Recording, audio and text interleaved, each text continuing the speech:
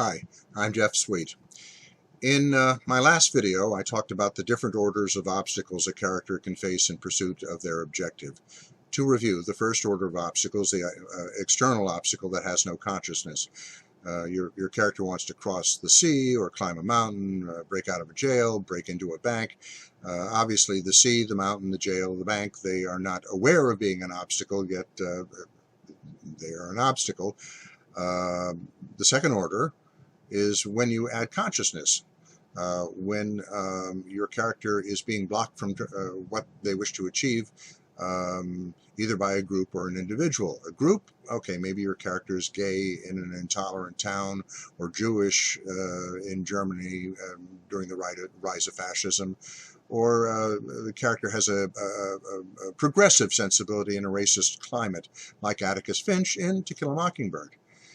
Moving to the individual, one of the great examples, as I've mentioned before, is a streetcar named Desire. Blanche is trying to achieve something. She's the protagonist. Somebody's trying to keep her from getting what she wants. That somebody is Stanley. When a character is trying to block another character, your lead character in pursuit of an objective, that character is usually called the antagonist. Okay, now we're going to move on to the third order of obstacle. Which is when the obstacle lies within the character themselves, when the character, your lead character, is at war with themselves. Someone, can't remember who, someone said that the drama of a person's life comes when their professional obligations come in conflict with their personal desires. So sometimes we can find premises for stories by looking at the ethical obligations of a profession. For instance, go to the website of the American Bar Association, the Association for Lawyers. You're going to find a page titled Model Rules of Professional Conduct. And on it, the ABA lays out a code of responsibility, including honesty, confidentiality of client communications, avoiding conflicts of interest, etc. My guess is that as you run down these precepts, you're going to flash on various movies or episodes of TV shows that you've seen in which lawyers have either violated or been tempted to violate these various precepts.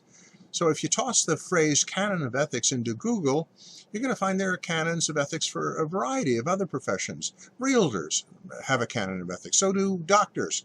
So do architects.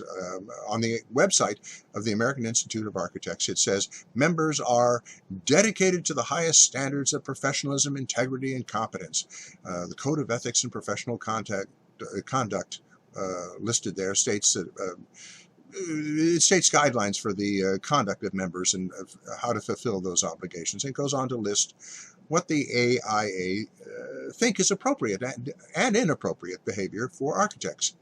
For instance, it says this of human rights, that members should uphold human rights in all their professional endeavors.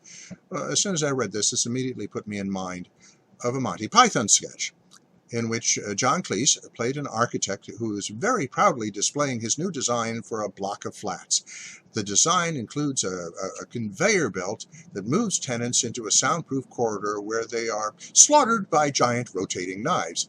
You see, it turns out that this architect has spent most of his life designing slaughterhouses and hasn't quite been able to adapt his skill set to providing comfortable, non-lethal apartments for tenants. He apologizes when he realizes his error, but he wishes his employers would reconsider, because, I mean, it really is a fine design. He's really proud of it. The whole premise of the sketch is based on his pride and his accomplishment, overwhelming his paying attention to, that little rule about, upholding human rights, maybe by not killing tenants.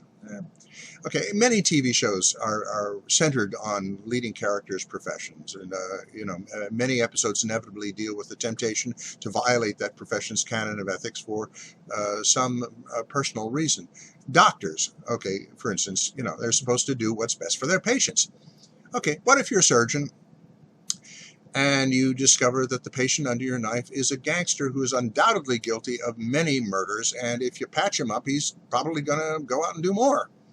That's been the premise of a lot of episodes of Doctor shows. The TV series MASH did a variation on this premise when the doctors find that they have in their care an officer whose reckless judgment has cost the lives of many American soldiers. So they cook up an unnecessary operation knowing that it will take this guy a while to recover, and that the time that it takes for him to recover, he won't be commanding anybody, so he won't be sending people out to have their lives endangered.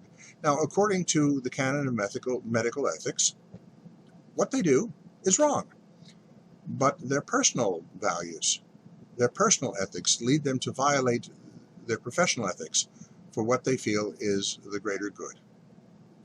So any profession has its imperatives, whether they're formally written out or not.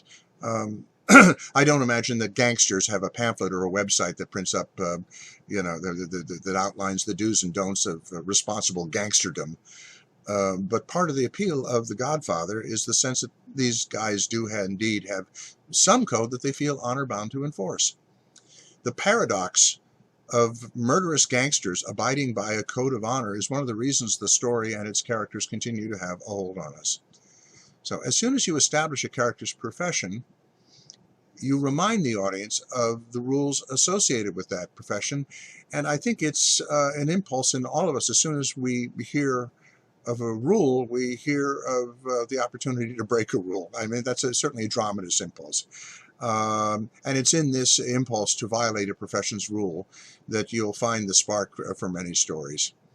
I'm going to suggest that one area of exploration for new stories may be to look at professions that haven't been the subject of much drama and to see what the opportunities are to violate the canon of ethics of those professions. When you're in professional mode, you're likely in your place of work, frequently in office. The environment of your personal mode is probably your home. To return to the topic of how to use objects dramatically, many people bring personal objects to the office to invoke their individuality and their identity in civilian life. Photos of families, a favorite tchotchke with a private meaning, that'll sit on a corner of the desk. Similarly, a briefcase filled with work may lurk like a landmine when brought to the dinner table at home. This reminds me that once upon a time, Treva Silverman, a great writer of situation comedy, gave me an informal tutorial on how sitcoms are usually built.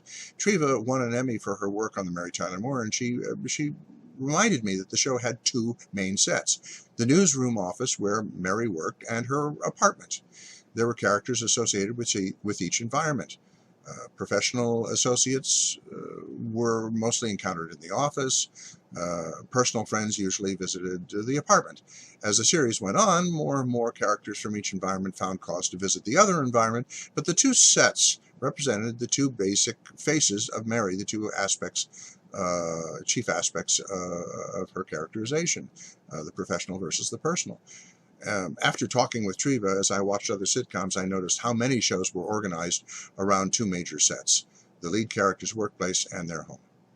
Perhaps no classic play so vividly depicts the split between the personal and the professional as Ibsen's Enemy of the People. As you may remember, the lead character, Dr. Thomas Stockman, discovers that the springs that are the basis of the town's economy have been polluted and must be shut down and repaired. If they aren't shut down, visitors are going to get sick from the springs. So the chief opponent to Dr. Stockman's proposed course of action is the town's mayor, who's afraid of what this will do to the economy of the town. The mayor declares war on the doctor. Ibsen heightens this tension by making the mayor the brother of the doctor. He had his crafty moments, that Ibsen.